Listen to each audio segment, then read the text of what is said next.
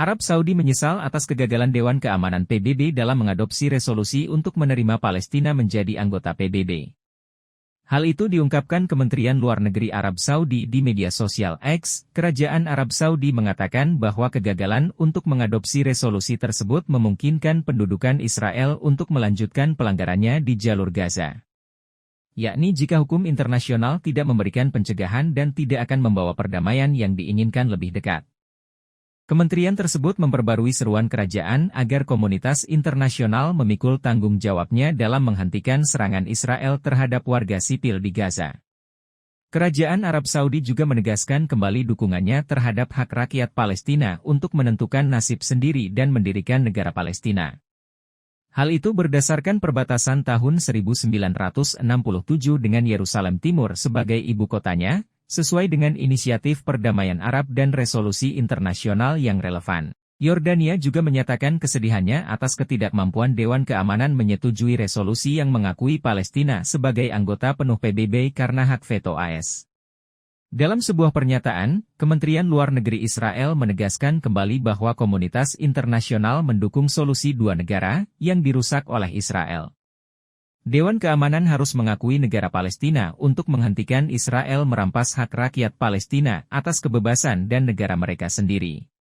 Juru bicara Kementerian Sufyan Kudah menyatakan bahwa mengakui negara Palestina dan keanggotaan penuhnya merupakan langkah penting untuk memaksakan perdamaian adil yang mengakhiri pendudukan, mengakhiri konflik, dan memenuhi hak seluruh masyarakat di kawasan untuk hidup dalam keamanan dan stabilitas.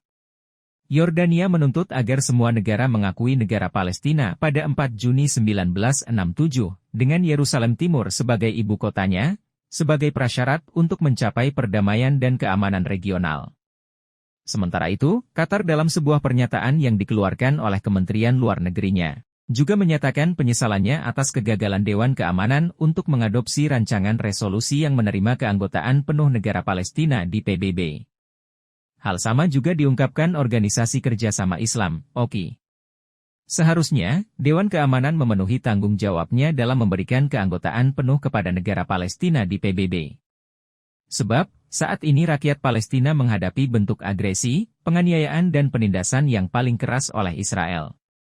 Organisasi tersebut, dalam sebuah pernyataan menegaskan bahwa penggunaan hak veto Amerika Serikat bertentangan dengan ketentuan piagam PBB. Yang mengizinkan keanggotaan semua negara yang menerima kewajiban di dalamnya.